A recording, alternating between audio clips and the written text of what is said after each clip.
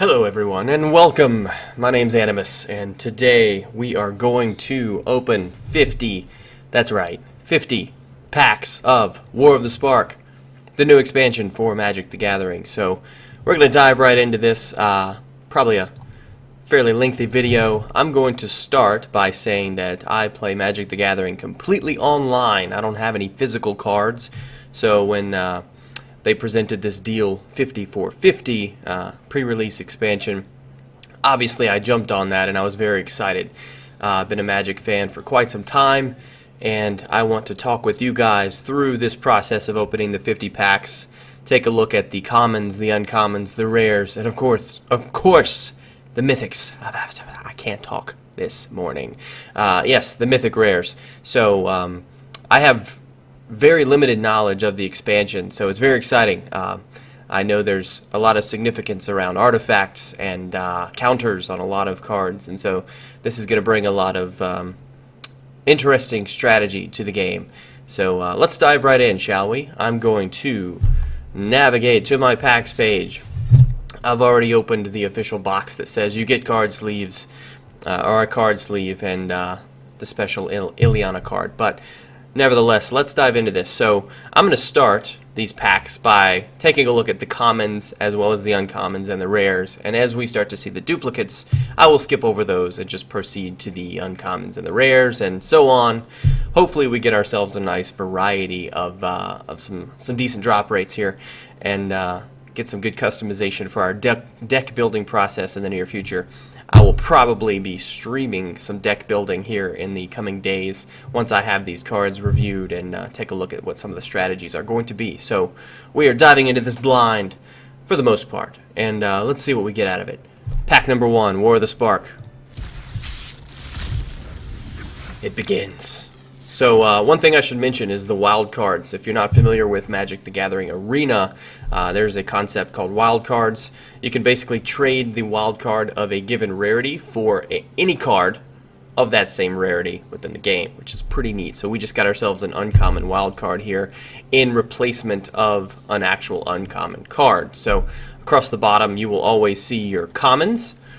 The two cards surrounding the glowing card in the middle at the top are your uncommons, so I have an uncommon wild card and then an actual uncommon, and then the middle at the top can either be a rare or a mythic rare. So we are hoping for some mythics today. I assume we're going to get a few because we have 50 packs to open. So let's dive into some of these cards. Won't spend too much time on the commons, really going to focus on the uncommons, the rares, and the mythics, but you'll have a strong understanding of what these new expansion cards can do by the end of this video. So hopefully you stick around and walk through this with me. It's going to be exciting. Rising Populace. 2 with a plains. Whenever another creature or planeswalker you control dies, put a +1/+1 counter on Rising Populace. So it's a 3-drop essentially. Requires a little bit of board presence. Could be interesting to play around the counters, obviously, if you have a counters deck. Naga Eternal. Another 3-drop. It's a 3/2 Zombie Naga, so interesting there. And of course for the Islands deck, so I can see some strategies around that, especially with the zombies. So if you play a blue-black, that could be interesting. Contentious Plan, 2-drop. 1 with Island Proliferate and draw a card. So Proliferate, it's an interesting mechanic that's more recently introduced, as you can see over there in the tooltip. Choose any number of permanents and or players, then give each another counter of each kind they already have. That can be for positive counters or negative counters. So you can choose the targets and proliferate them. Interesting, huh? Also draw a card. I mean, 2-drop for Proliferate and draw a card. If you got any type of counter building deck, like I said, this expansion, a lot of counters taking place. So this is a card to look out for in the blue decks. Band Together, 3-drop. 2 with a forest. Instant cast. Up to 2 target creatures you control each deal damage equal to their power to another target creature. So it's a 2 banding together to attack 1 before the combat, or any time, I should say. Instant. It could be on your opponent's turn. Oh my goodness, that should be uncommon. It's pretty crazy if you have some strong board presence, and you probably will with the forest decks, so that's pretty neat. Makeshift Battalion. 2 in a plains. Whenever Makeshift Battalion and at least 2 other creatures attack, put a +1/+1 counter on Makeshift Battalion. I would not consider this card too great because you gotta have 3 things on the field, 3 creatures or 3 somethings. No, it says other creatures. So 3 creatures on the field, and they must be attacking. Attacking. Can I speak? No. Attacking. And then you get the +1/+1 counter. It is a permanent counter, and obviously a lot of these cards do synergize with counters, but kind of difficult to get 3 creatures out. He's only a 3/2. I've seen some better cards, but not bad. Alright, first uncommon. Vraska, Swarm's Eminence. Legendary Planeswalker. So it's a Planeswalker with 5. Let's see, whenever a creature you control with Death Touch deals damage to a player or Planeswalker, put a +1/+1 counter on that creature. So, once again, synergy with counters. And this one just happens to pertain to Death Touch as well. So, by spending 2 of the loyalty on this particular Planeswalker, create a 1/1 Black Assassin creature token with Death Touch, and whenever this creature deals damage to a Planeswalker, destroy that Planeswalker. So it's got Death Touch for creatures, as well as basically Death Touch for Planeswalkers, and that's pretty sweet. It does have a significant cost, so 2 with a flex, Swamp and Forest. Why am I at a loss for words here? But I can see this being utilized. It's interesting in the, definitely for Swamp Forest decks, obviously. The wild card, we already know. And now I am going to reveal our first rare / mythic. It is a rare. Ugin, the Ineffable. 6-drop, colorless, rare. Colorless spells you cast cost 2 less to cast. Interesting for colorless decks.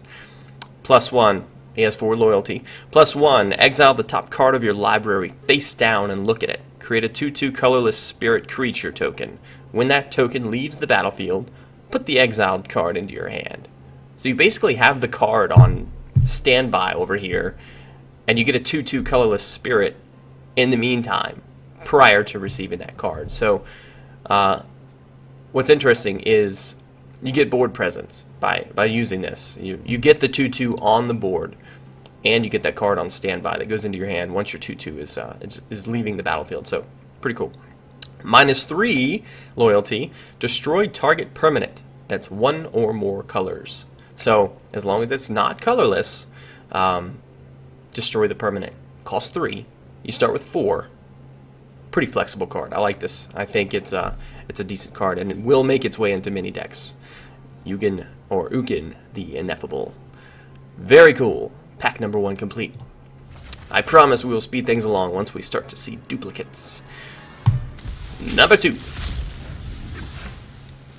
Alright, we got ourselves another wild card. It's a common. Divine Arrow. 4 damage to target attacking or blocking creature. Instant cast. I see value in that. Spark Harvest. 1-drop swamp. As an additional cost to cast this spell, sacrifice a creature or pay 4, essentially, destroy target creature or planeswalker. However, if you have a creature sacrificing deck, such as a swamp deck, this is pretty easy to cast. It's a sorcery, so not an instant. You can cast it on your turn, but it's going to be pretty useful, I think, in some decks. Courage in Crisis. If I can stay hovering over the card. Put a +1/+1 counter on target creature, then Proliferate. So, Proliferate, once again, lets you select any number of permanents on the field and add the counters to them. Whatever counter they have, you can add another one to it. And if it's a negative, it would add another negative to it. So not only do you get a counter on a creature, but then you proliferate everything on the board for a cost of essentially 3. So 2 and a forest. Pretty good there, especially for the counter decks. Contentious Plan. We've already seen that. Proliferate, draw a card. Common wild card. Now let's take a look at our uncommons. Cruel Celebrant. Creature, Vampire. There you go. It's a plains swamp. 2-drop.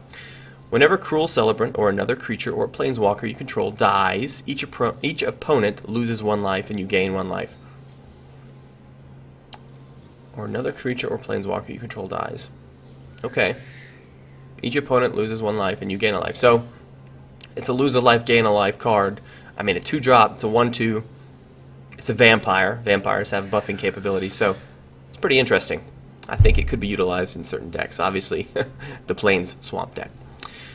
Bond of Flourishing.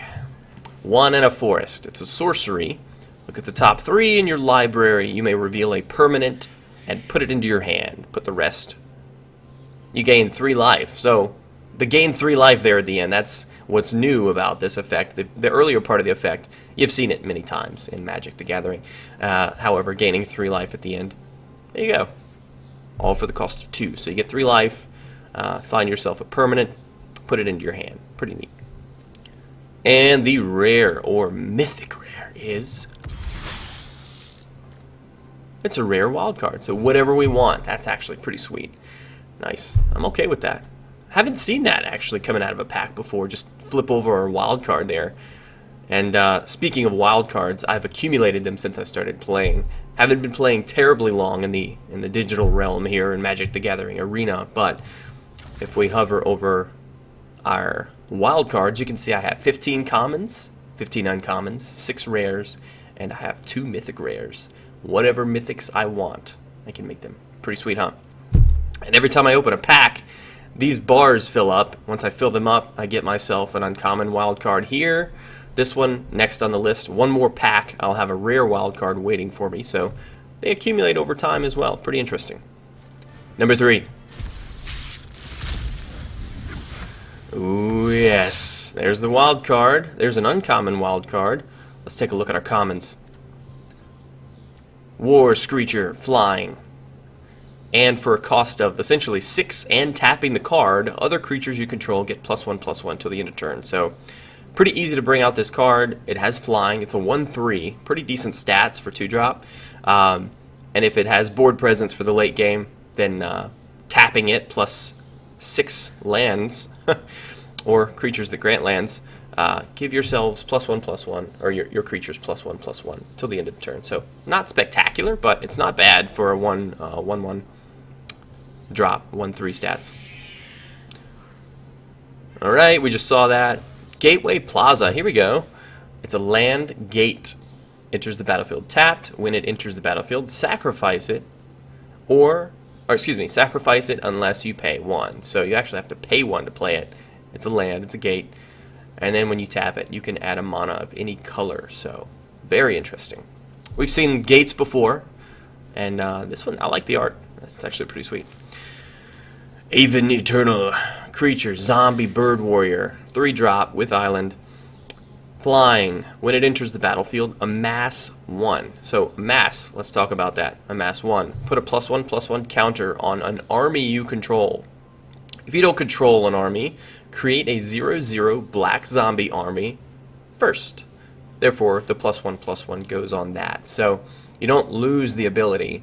You essentially create a blank slate black zombie army and put the +1/+1 on that. So not bad. It's a 3-drop flying 2/2 plus you get a +1/+1 zombie. So even if you're not playing a black deck, the 1/1 zombie is just nice for sacrifice or just additional board presence, and you know, flying 2/2, not terrible.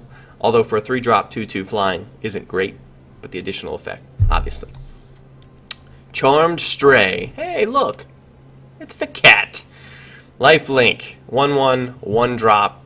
When it enters the battlefield, put a +1/+1 counter on each other creature you control named Charmed Stray. So if you're running a deck full of cats, this one's alright, but do you really want a 1/1 with lifelink?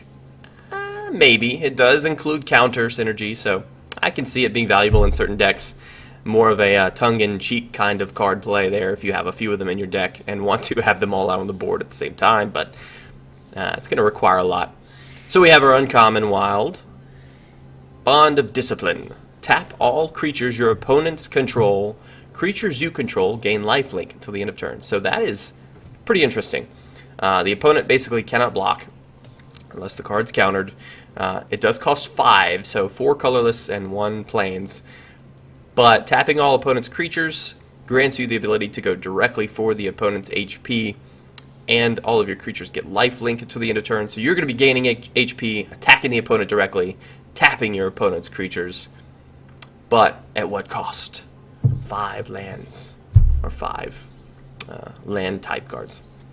I think it's alright. I think it's a pretty good card. It's a sorcery, not an instant, so it's on your turn, but obviously you would want to attack with it, so of course it's your turn. Here's the rare / mythic. I think it's a mythic. It's a rare. Alright, Ravnica at War. 3 in a plains, sorcery, exile all multicolored permanents. Wow. I can see that being valuable in just about every deck that utilizes plains, because everything you're going to be facing in this expansion, War of the Spark, is probably a hybrid deck to some degree. And you're probably going to have some hybrid cards you're going against, or multicolored as they call them in MTG world. Why can't I speak today? This is a great card. 3 in a plains, exile, not only send to graveyard, exile all multicolored permanents. So, pretty sweet there. I appreciate that card. Next.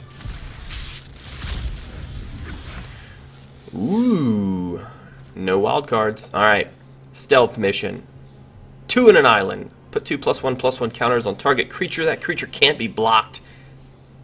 That's very good. Well, not very good. It's good. Guild Globe. Colorless 2-drop. Artifact. When it enters the battlefield, draw a card. So basically, it's a draw card for 2. And you can spend 2 and tap it and sacrifice it to add 2 mana of different colors. Interesting. Not crazy good, but if you're looking for some mana of different colors, yeah, I could see it being valuable. If you have a hybrid deck that uses artifacts.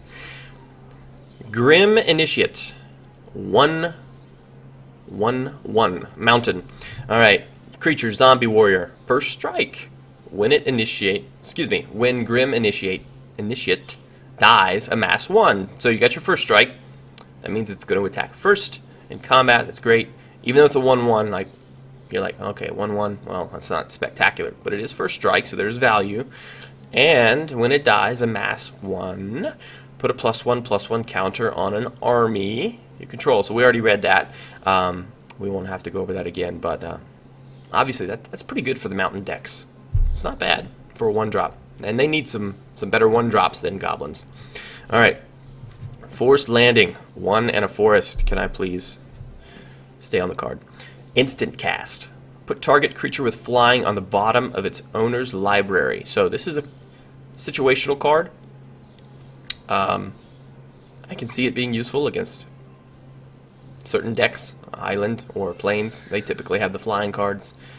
And so instant cast, I mean, for a 2-drop to basically get rid of a creature with flying, most of which late game flying creatures are very annoying, it's not bad at all, and it's an instant, so situational, but could be useful. Gideon's Sacrifice. There's one of the Gideons. Instant cast, single plains cost. Choose a creature or planeswalker you control. All damage that would be dealt this turn to you and your permanents. You and permanents you control is dealt to the chosen permanent instead, if it's still on the battlefield. So it's something you control. All damage that would be dealt to you and your permanents is dealt to the chosen permanent. So you're basically saying all of the inbound damage, this is going to take the damage for my team. Pretty good for a 1-drop. It's almost uncommon quality. Or caliber. Mayhem Devil. Very cool artwork. Check that out. Alright, it's a 1 plus swamp plus mountain hybrid deck. Creature, Devil. Whenever a player sacrifices a permanent, Mayhem Devil deals 1 damage to any target. I can see a lot of value in that. Sacrificing a permanent. A lot of sacrifice taking place in War of the Spark. Firemind Vessel. Colorless 4-drop artifact. Enters the battlefield tapped, and tap it to add 2 mana of different colors. So it's basically like a more powerful land that's going to grant you 2 colors. Alright, rare or mythic. What do we have? Oh, baby. Mythic rare wild card. So, in some ways, this is one of the best because Choose what you want. I could have gotten a mythic, yes, and I would have been like, wow, let's read this and understand what it's all about. But when we get into the deck building phase, perhaps in my next video, we can use this for anything we want. So we have a deck around counters. We have a deck around sacrifice, lifelink. Oh my gosh, the options, I can't even imagine because I don't know all the cards yet. But I tell you what, mythic rare wildcard, I'll take it any day. Next. Here we go. Alright, we got ourselves a common wild card. Stealth Mission, we've seen that. Callous Dismissal. 1 and an island. Return target non-land permanent to its owner's hand and amass 1. Okay. Not bad. Primordial Worm. 4 and 2 forests. 7/6. It's a worm. I mean, it's okay. I don't see anything crazy going on here, but it does go in a forest deck, and obviously forest creatures are usually pretty hefty in their stats. Giant Growth, a 1-drop forest, instant cast. Target creature gets +3/+3. That's very good.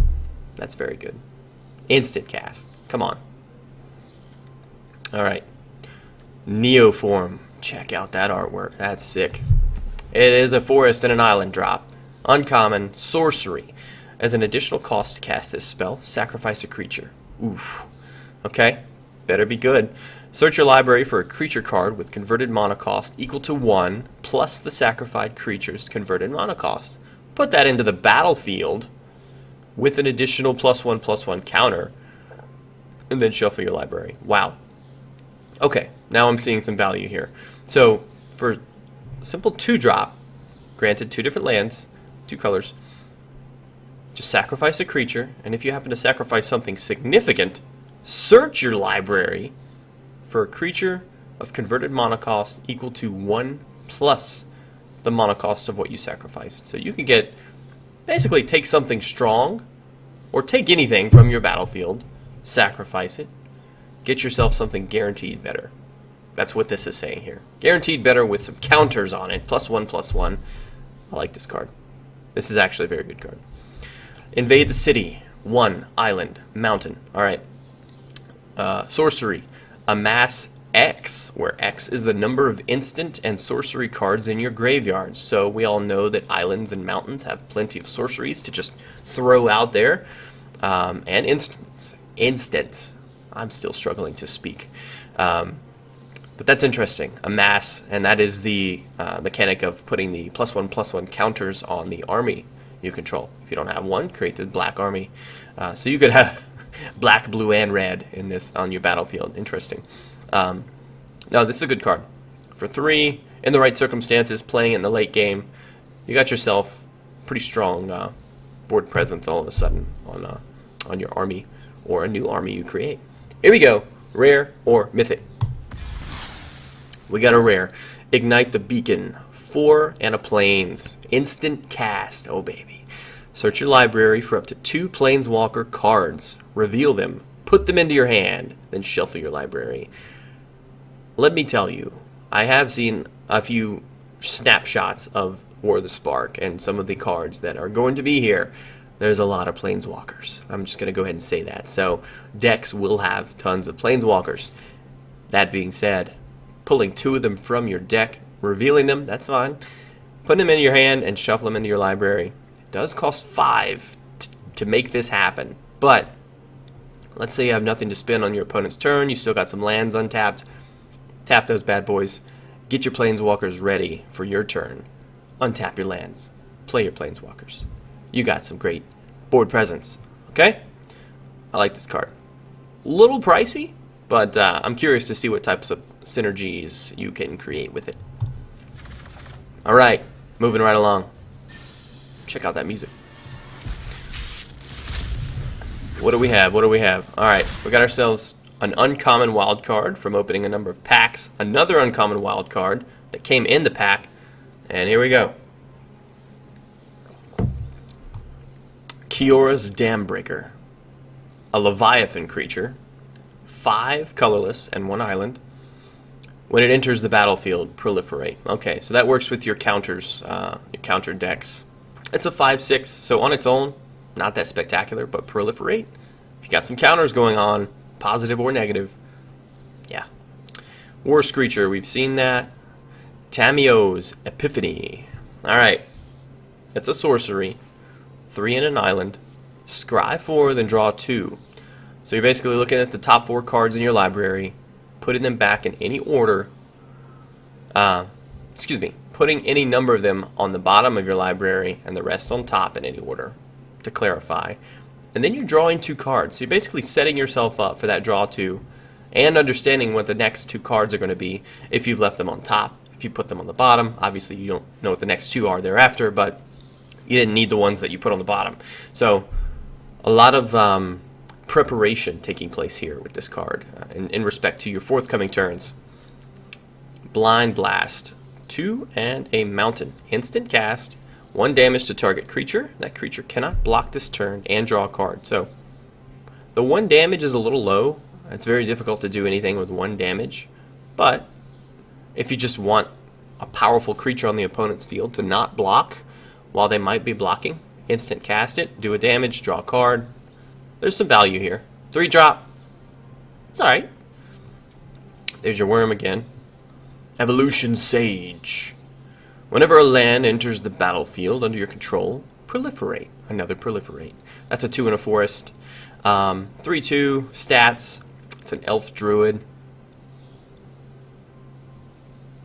Honestly, if you can keep it alive, I wouldn't necessarily block or anything like that with it unless you've buffed it. But the proliferation taking place every time you play a land, get this card out early. You got some counters taking place here, as long as you have those counters already. Alright, I'm feeling a mythic. Not yet. Not yet. We did get the mythic wild card, so we're doing okay.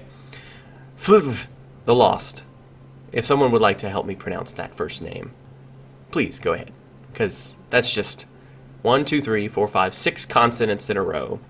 I don't think it's possible to pronounce that name. The Lost. Alright, it's a 1 and an island. Legendary creature, Homunculus. When it enters the battlefield, draw a card. Okay. If it entered from your library or was cast from your library, draw 2 cards. Okay. When it becomes the target of a spell, shuffle it into its own owner's library. Not own. Owner's library. So basically it's just a refreshing card draw presence, which is not bad. I think it's pretty decent. The 1/1 stats, it's not going to do anything else for you, but it's kind of a persistent card draw. So, I respect that. Next up. Ooh, different music that time. Alright, we got ourselves a common wild card. Here we go. Davriel's Shadow Fugue. 3 and a swamp. Sorcery. Target player discards 2 cards and loses 2 life. Wow. I mean, if you're in the end game here and they're holding on to something, I can see that being pretty powerful. See you later. Get rid of 2 cards. And you're going to lose some health. And probably you're going to gain some health because your opponent has lost health and you're playing a swamp deck. Bloom Hulk. Creature, plant elemental. 3 in a forest. When it enters the battlefield, proliferate. There you go. Another proliferate. Lazotep Reaver. Ooh, I like the artwork. 1 and a swamp. It's a zombie beast. A mass one. Gosh. I'll tell you what, there's a lot of counters taking place. I'm seeing a ton of them. Goblin Assailant. Assailant. 1 and a mountain. It is a simple goblin warrior. 2/2. We've seen this before, but hey, it's a good start. Alright. Engrath. Captain of Chaos. 2 and the flexibility of swamp or mountain for 2 more. So 4 drop essentially. Legendary Planeswalker. It's a Planeswalker. Engrath. Creatures you control have Menace. It's got 5 loyalty, by the way. Menace is a creature with Menace cannot be blocked except by 2 or more creatures. So that's pretty good. If you have board presence, you're giving all of your creatures Menace. Granted, this Planeswalker can be attacked by your opponent's creatures and eventually killed, but hey, get that stuff taken care of early, utilize the value in the card, use its ability to amass 2 maybe a couple of times before it is destroyed, and then there's the value. I see that being pretty decent. Prison Realm. 2 and a Plains. Enchantment. When it enters the battlefield, exile target creature or planeswalker an opponent controls until Prison Realm leaves the battlefield. Okay. I mean, we've seen stuff like this before. They don't have to be tapped this time, though, so exiling a target creature or planeswalker is very strong. When it enters the battlefield, scry 1. So basically, look at that top card. Do you want it? Do you not want it? Put it on the top or the bottom. There you go. Here we go. Fingers crossed. Oh my god. That is a big daddy. Okay, so I've obviously seen this card. He's in the freaking cinematic. Nicol Bolas, Dragon God. It is a triple hybrid deck. So multicolored, you got island, swamp, and mountain required to play this guy. Mythic rare, legendary planeswalker, Bolas. He's 4 loyalty. Check this out. It has all loyalty abilities of all other planeswalkers on the battlefield. Okay, well that's intense to start because War of the Spark has a lot of planeswalkers. +1, you draw a card. Each opponent exiles a card from their hand or a permanent they control. What? That's the +1? Okay. -3, destroy target creature or planeswalker. See you later. And then -8, good God. Each opponent who doesn't control a legendary creature or planeswalker loses the game. What? How often in Magic the Gathering do you see verbiage on the card that says, player loses the game? That's intense. Now, granted, you only have the +1, so you got to get this card played, and then you got to spend 5 additional turns to actually do your -8. Assuming you don't do any -3s to destroy target creatures or planeswalkers, you got to have a little bit of luck on your side, but hey, win the game, potentially. Oh my gosh, I can't believe I got this drop. I'm thrilled. This is awesome. That is great. Whew. It's going to be tough to beat that in this next pack. Let's get it. Let's get it. I am pumped up. Alright, we got the common wild card. Guild Globe, we've seen that. Divine Arrow, 4 damage to target attacking or blocking. I can't remember if I've read this one already, but it's a good card. I mean, it's an instant cast. Grim Initiate, yep, we've seen that. Ashiok Skulker, it's 4 and an island creature nightmare. Can't be blocked this turn if, excuse me, I have the hiccups. If you spend 3 in an island, it can't be blocked. So it's a 3/5, costs 5 to get it out, costs 4 more to just not have it be blocked. It's okay for stats. If you have other ways of granting board presence with nightmares or board presence with counters, it's alright. To have 5 HP or 5 defense to cost 5, it's not spectacular, but I don't know, I might be missing some synergy there. Augur of Bolas is our first uncommon, 1 and an island. When it enters the battlefield, look at the top 3 cards of your library. You may reveal an instant or sorcery card from among them and put it into your hand. Okay. So basically setting yourself up for success with instants or sorceries. Very cool. I mean, it only costs 2. It's a 1/3. I think that's pretty obvious that you would play that. Tyrant's Scorn. We have an island and a swamp. Interesting hybrid deck there. Instant cast. Choose one. Destroy target creature with converted mana cost 3 or less, or return target creature to its owner's hand. That's a very good card, by the way. So if you're playing an island swamp deck, you're probably going to have that in there. Returning a creature to its owner's hand for 2 cost, or destroying a creature for 2 cost. It's an instant cast. Yeah, it's pretty good. Here we go. Can we top? No, we can't, but let's see what we get. Oath of Kaya, a rare. 1, Plains, Swamp, legendary enchantment. When it enters the battlefield, it deals 3 damage to any target, and you gain 3 life.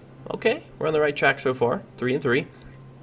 When it When an opponent attacks a planeswalker you control with one or more creatures, it deals 2 damage to that player, and you gain 2 life. So it's a damage-dealing, life-gaining type of enchantment all the way. So basically just a presence on the board that says, hey, you do certain things, you're going to lose some life, I'm going to gain some life.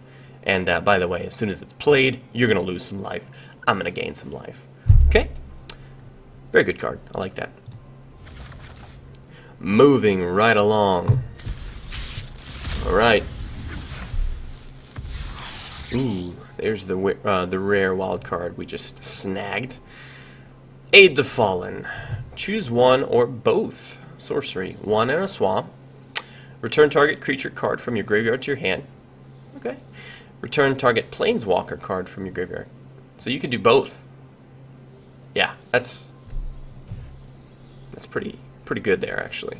I mean, you have to have the follow-up to do anything with that, but wow, okay. Trusted Pegasus. Okay, we've seen that before. So when it attacks, target attacking creature without flying gains flying. We've seen that in previous cards. Shriek Diver. 2 and a swamp. Zombie Bird Warrior. Flying. Spend 1, and it gains haste until the end of the turn. Interesting. It's kind of a rush swamp mechanic. It is a zombie, so you can have some buff. You don't tend to have haste on in swamp decks too much, so it's alright. Naga Eternal. 3/2 Zombie Naga. Not bad. Kasmina's Transmutation. Okay, it's a 1 and an island. Aura. Enchantment Aura. Enchant creature loses all abilities and has base power and toughness 1/1. Okay, so playing that on anything that is not hexproof, it's a pretty powerful card. Just enchant them, seal later abilities, and good luck with that 1/1 stats, because you're probably just going to have to block with it and die. I like that. It's just a 2-drop too. Rubble Belt Rioters. Check out that artwork. It's interesting. 1 Mountain Forest. Creature, Human Berserker. It's a 0/4. Okay. With haste. Okay. When it attacks, it gets +X +0 until the end of the turn, where X is the greatest power among creatures you control. Okay. Now that's some interesting, because you've got Forest in this hybrid card, so you're going to be playing some Forest cards. Breaking news there. But they tend to have some decent stats, and so if you get this out, it has haste, +X +0, so we don't care about the defensive capabilities, but since it has haste, the +X could be good if you have some decent board presence. And Despark. Island. Plains and Swamp. Instant cast. Exile target permanent with mana cost 4 or greater. Well, yeah, that's going to be played in that deck, in a hybrid deck. Oh my gosh. Exile. Okay, that's pretty good. Here we go. The rare or mythic is... I'm known for my excellent timing. Teferi, Time Raveler. It's a 1, a plains, and an island. Alright, he's a planeswalker with 4 loyalty. His passive is each opponent can cast spells only anytime they could cast a sorcery. Bye-bye instants on your turn. Alright. Until your next turn for +1, you may cast sorcery spells as though they had flash.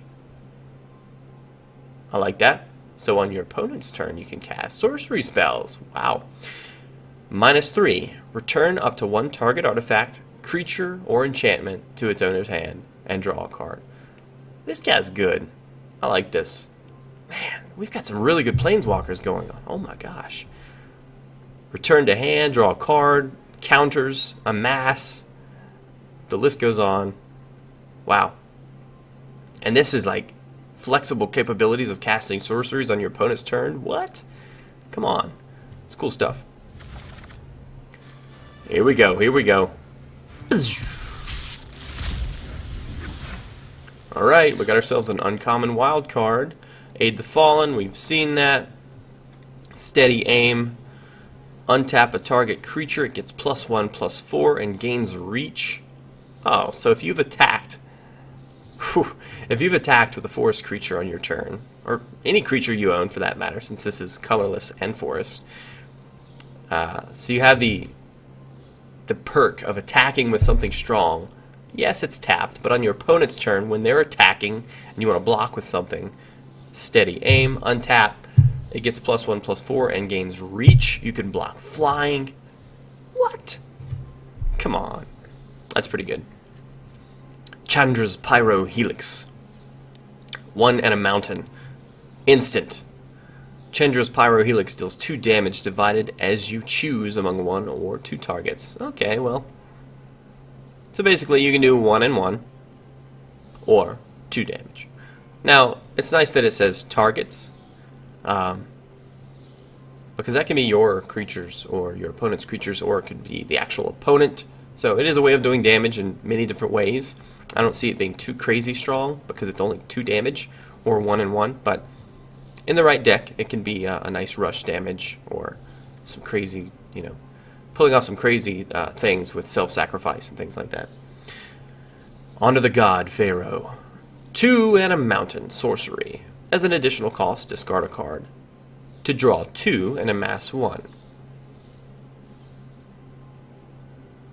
So you spin 3.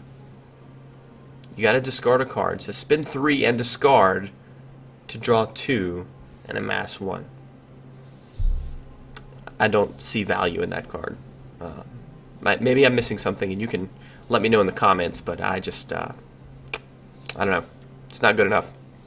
Enforcer Griffin, 4 and a plains. It's a Griffin, flying, 3/4. It's okay. Interesting 3/4 stats on a 5-drop. I mean, it is flying, but still, it's not that great. Mowu, Loyal Companion. Check out that guy. Wow, that's pretty cool artwork. Legendary Creature Hound. 3 in a forest, trample, and vigilance. If 1 or more +1/+1 counters would be put on Mowu Loyal Companion, that many +1/+1 counters are put on it instead.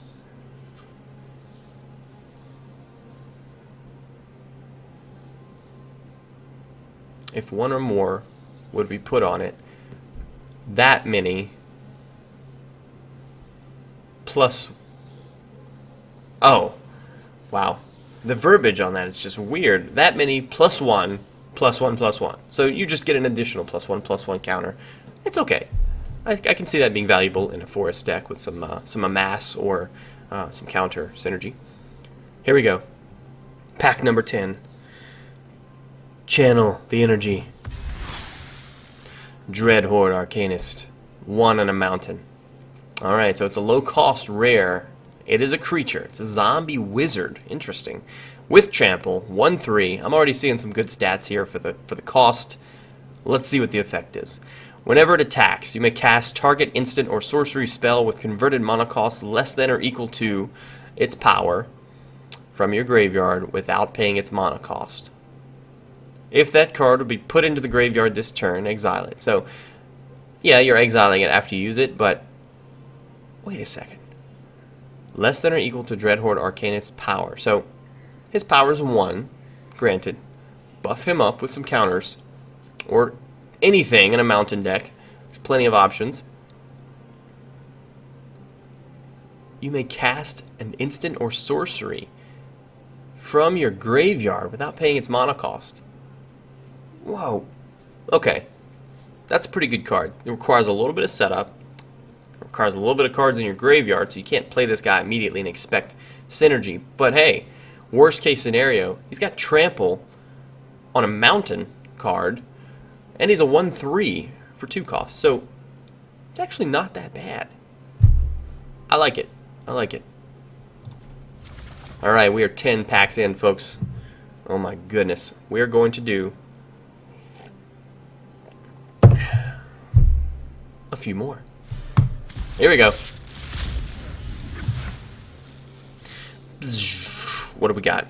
Prismite. Haven't seen this. 2 colorless artifact creature with a 2/1. Spin 2, add 1 mana of any color. It's alright. Artifact creature. It can go well with some artifact decks. Rising Populace. 2 in the plains, human creature, 2/2. Whenever another creature or planeswalker you control dies, put a counter on him. So, just basically some simple board presence that can have a counter if something else dies that you control. Not as good as some of the other counter cards I've seen. Spark Harvest, a single swamp. Sacrifice a creature or pay 4. Destroy target creature or planeswalker. So, it's a sorcery. It does have some significant cost, although creature sacrifice is pretty normal in swamp decks. And so, spending 1 swamp and sacrificing a zombie that's like 1/1, if you amass a 1/1 zombie, for example, sacrifice that, destroy target creature or planeswalker. So for a single swamp and maybe a 1/1 zombie, you can destroy a planeswalker. Pretty good card, right? Toll of the Invasion. 2 in a swamp, sorcery.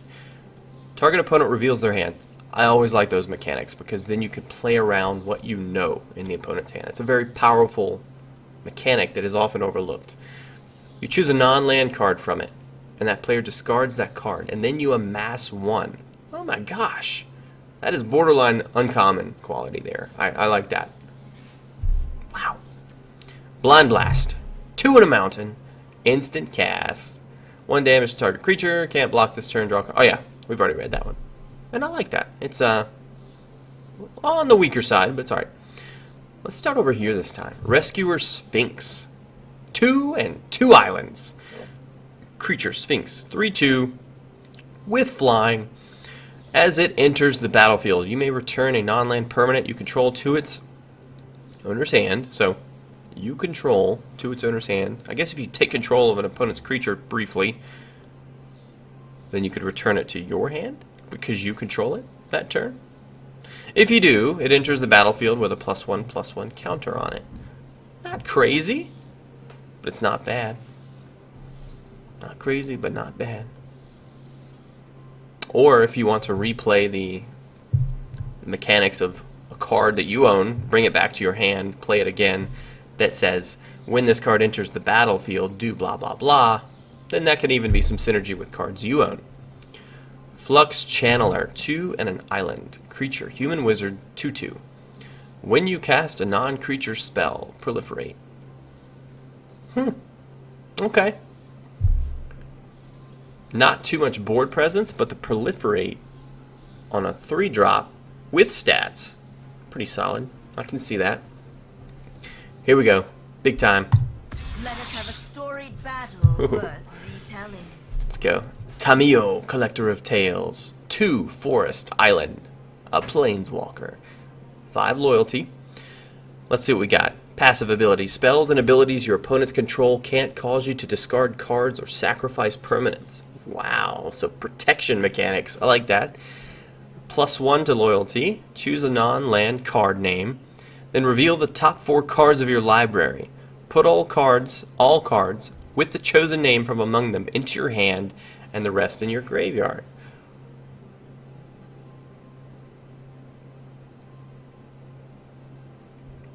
So this card would have to synergize with something that lets you scry or take a look at your deck in some fashion, or just understanding what's in your deck and what you're expecting to draw, or just trying to get lucky with something that you draw. But to do that every turn, to attempt it, that's pretty cool, right? Just at a +1, basically increasing the counter. So if you -3 loyalty, return target card from your graveyard to your hand. That's very interesting with these cards. With the lands and the colors chosen for this card, forest and island, and you're returning things from your graveyard to your hand. That's pretty cool. I like that card. Tamio. Next! Alright, we got ourselves an uncommon wild card, a common wild card. Toll of the Invasion, we've seen that. Erratic Visionary. What do we got? 1 and an island, human wizard 1/3, draw a card, then discard a card. Okay, I mean, you're trying to optimize your hand a little bit. I can see that being okay. Bulwark Giant, 5 and a plains. It's a 3/6 giant soldier. When it enters the battlefield, you gain 5 life. So basically, let's just give myself some good defending board presence, or blocking board presence, and give myself a little bit more life. Although, when you reach that stage in the game where you're tapping 6 lands of some caliber, you kind of want more than a 3/6, especially because it doesn't have reach. But you are using the Plains deck, so you probably got some buffing capabilities. Samut's Sprint. A single mountain. Instant cast. +2/+1 and haste until the end of the turn. Scry 1. Wow. It's a very straightforward mechanic, but for one mountain, heck yeah. +2/+1, haste, and you get to scry 1 and determine if you want that next card on top of your deck or on the bottom. I like that. Dovin, Hand of Control. Pretty cool artwork. 2 plus either a plains or an island. It's a planeswalker. Surprise! 5 loyalty. Passive. Artifact, instant, and sorcery spells your opponent's cast cost 1 more. So basically just putting a burden on the opponent, increasing their costs, assuming they don't have that many lands out already. It's just going to make it a little harder for them to create some combos. And the -1. There's no plus mechanic on this one. Until your next turn, prevent all damage that would be dealt to and dealt by target permanent an opponent controls. So basically just say, no sir, you're not going to do anything to or by me. You. You understand the mechanic. So essentially you can do that 5 times before you get rid of this guy, but that's actually pretty good. Vraska, Swarm's Eminence. Didn't I read this one earlier? Let's see. Yeah, I did read this one. So we got another Vraska. That's pretty cool. Alright. Channel the Mythic Rare. Now. Nope. Time wipe. What? Okay, let's read through this top to bottom. 2 colorless, 2 plains, 1 island. Sorcery. Return a creature you control, basically to your hand, then destroy all creatures. Well, I tell you what, if your opponent has a counter, they're probably going to use it on this card, because holy moly, destroy all creatures. If you don't have board presence, or you're not playing a deck that requires board presence, which not necessarily in the island decks, you don't too much, because they have a lot of sorceries and instant casts. Plains, maybe. You might have some presence with plains cards, but pull it back to your hand, kill everything, and then if you have any lands left to spare, let's lay down some board presence now. Now imagine that in supplement to a good planeswalker, or, gosh, whatever you recast and play on the field after that. Woof. Board clear. Here we go, here we go. So far, only 1 mythic pull. We had a mythic wild card, which is crazy. But we did get one of the best mythics in the game with the one we pulled, so that's awesome. Alright, we got ourselves an uncommon wild card. Blind Blast, we've seen. Pollen Bright Druid, I think we've seen that. Yes. Primordial Worm, Samut's Sprint, Vraska's Finisher. That's new. Okay, so it's a 2 plus swamp. When it enters the battlefield, destroy target creature or planeswalker an opponent controls that was dealt damage this turn. So you play it after your battle step. Something blocks one of your creatures dies, you'll probably revive it, you might gain some health, they might lose some health, and then you go kill that creature that blocked your creature. Or planeswalker that was dealt damage. That's pretty good. That's pretty good. Because you can directly target planeswalkers. Alright. Elite Guard Mage. 2 Island. 2 Plains Island. Human Wizard. When it enters the battlefield, you gain 3 life and draw a card. It has flying. Are you kidding me? Yes. Yes. That's good. And of course the wild card. Here we go. Soul Diviner. Island Swamp combo. Zombie Wizard 2/3. Tap the card. Remove a counter from an artifact, creature, land, or planeswalker you control. Draw a card. If you have a counters deck, which you probably will in this expansion, You can do that every turn. Tap it, remove a counter, draw a card. The card draw. The card draw. It's crazy. Alright, let's go, let's go.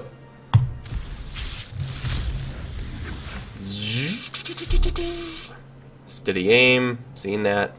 Seen that. Vampire Opportunist.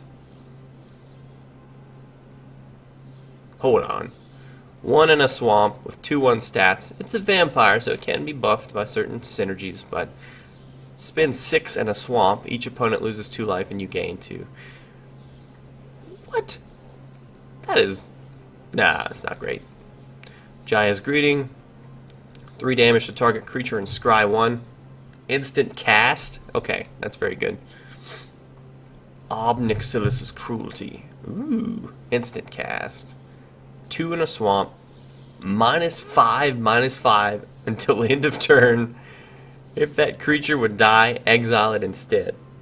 That's basically like you're gonna kill that creature. Yeah. -5/-5 unless you're dealing with some late game craziness.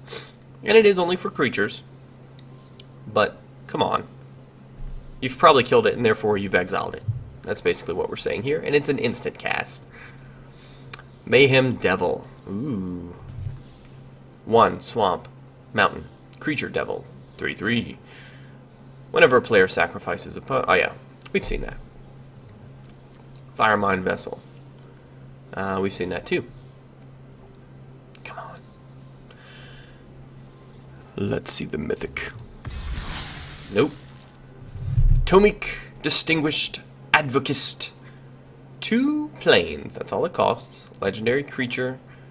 Human Advisor. It's a 2/3 with flying. Interesting. Lands on the battlefield and land cards in graveyards can't be the target of spells or abilities your opponent control. Your opponents can't play land cards from graveyards.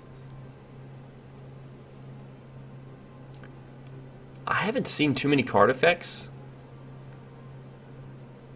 that target opponent lands or target opponent lands in graveyards. But he is a 2/3, 2 cost. So I can see where he could be valuable if I'm missing some of the cards in this expansion. It's not bad. I mean, some 2-drops have 2/2 stats, so you have to think about it like that. They don't have flying. Flying. Yeah, he's good. It's just the extra effects and mechanics aren't really doing much for you, but he's good. Alright. You hear that? Oh yeah. There we go. There's the rare wild card. And then 1, 2, 3, 4, 5, 6 packs from now, we will get ourselves a mythic wild card. Heck yes. Enforcer Griffin, we've seen. Pollen Bright Druid, we've seen. Spark Reaper. We've seen. Ironclad Crovad. It's a 2/5. No effects. Kasminda Strange. Yep. Hey, that one's good. Remember that one? Lose all abilities and has base power of 1/1. Yeah, that's good. Jiangyangu Wildcrafter. 2 and a forest. It's a planeswalker. Yes. 3 loyalty. Passive. Each creature you control with a +1/+1 counter has tap this card, add 1 mana of any color. Interesting. So basically, give yourself a ton of land accumulating presence. What am I trying to say? And then the -1, put a +1/+1 counter on a target creature. So there you go. Basically, cast the minus loyalty first, and then the passive kicks in. You can tap any card that has the counter on it. Get yourself another mana. Neat. Grateful Apparition. Alright, it's a 1/1. 1 and a planes cost. It's flying, spirit. When it deals combat damage to a player or a planeswalker, proliferate. Okay. So if you have, once again, counter synergy, I can see that being valuable. The proliferate mechanic. So keep your eyes on that one. That could be interesting. There we go. Look at the lightning sparking off of this. We got something good behind this card. Fast in all your ways. Yeah, baby. Ajani, the Great-Hearted. 2 Forest, Plains, Legendary Planeswalker. Another Planeswalker. 5 Loyalty. The passive. Creatures you control have Vigilance. Okay. +1, you gain 3 life. Life gain, baby. -2. Put a +1/+1 counter on each creature you control and a loyalty counter on each other Planeswalker you control. The Planeswalker synergy. The life gain. The vigilance. Okay. This guy's going to be played in the Forest Plains decks. There's nothing, no question about it. He's very good. Okay? Okay. Alright, folks, we are down to 35 packs remaining. For the sake of an incredibly long YouTube video, for the sake of avoiding an incredibly long YouTube video, I'm going to cut it off here. We will pick it back up in the next installment. I won't open a single pack until I begin recording again for you guys so you can continue enjoying this. Hopefully you've had a good time discussing these cards with me, and we will look forward to next time. 35 packs remain. I'm going to get myself refreshed, probably get my mind right, understand what I just consumed and read over some of these cards I've opened, especially the Mythic, and start thinking about what I want to build with that Mythic wild card, or the ones I have. Oh my gosh. Next time, 35 packs remain. We will open probably at least 15 more, and then we will go from there. Thank you for watching. My name's Animus. We'll see you next time.